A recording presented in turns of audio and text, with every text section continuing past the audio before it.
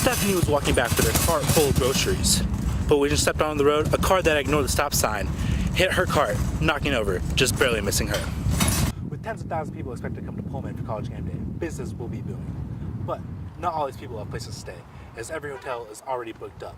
But there's still more people expected to come. Many sidewalk staircases like the one here are damaged throughout the city.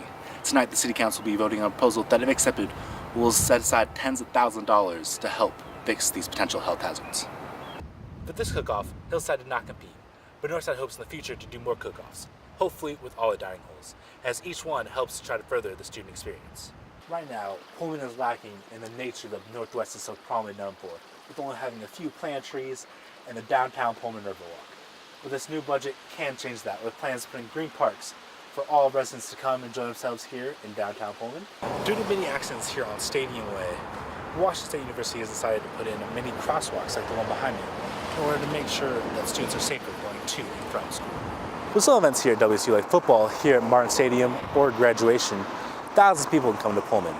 With hotels being booked sometimes over a year in advance, other short-term housing options may be needed to accommodate all these visitors. Now that springtime is finally here, the city's ready to put on some more outdoor events, like a concert that will be right here across the street from Rico's Cafe. The concert will be free to everyone. It will be tomorrow night at 7. The 3 dining halls on campus put on different events throughout the year to bring together students on campus to have a new experience from the dining halls. From a luau Southside to Cougar Choice Day at Hillside to this campus cook-off at Northside.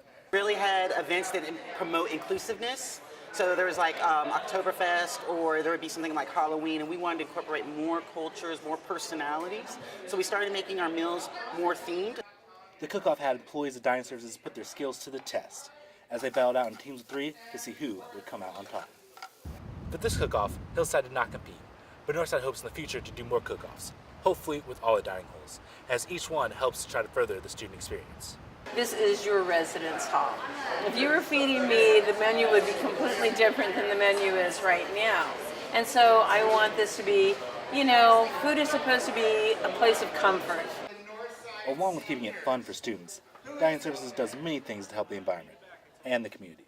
From becoming a green restaurant certified, having a food recovery program, and using local ingredients. But that's not all. It is.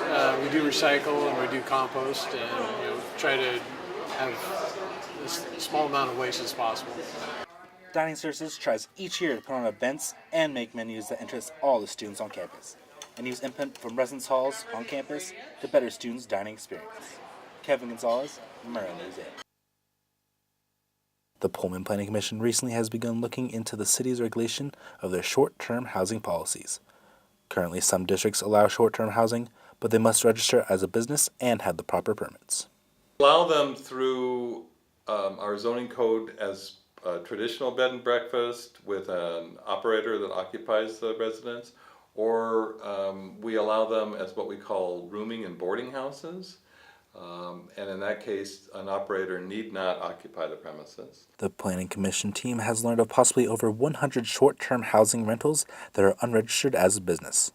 Despite the large number of short-term housing options, only one complaint has been filed against a short-term housing residence. And do we do some noise complaint fines or parking or something, like LA does?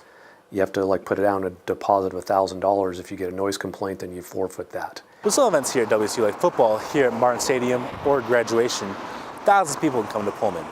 With hotels being booked sometimes over a year in advance, other short-term housing options may be needed to accommodate all these visitors. We know that if they stay in our community, there are certainly opportunities to eat and to spend money, and you get more in sales tax and things like that. We don't want people to have to go down to Lewiston and spend their money in Lewiston. Any residents with comments or concerns about short-term housing can go to the Pullman Planning Commission meetings and speak on the topic. Kevin Gonzalez, Murrow News 8.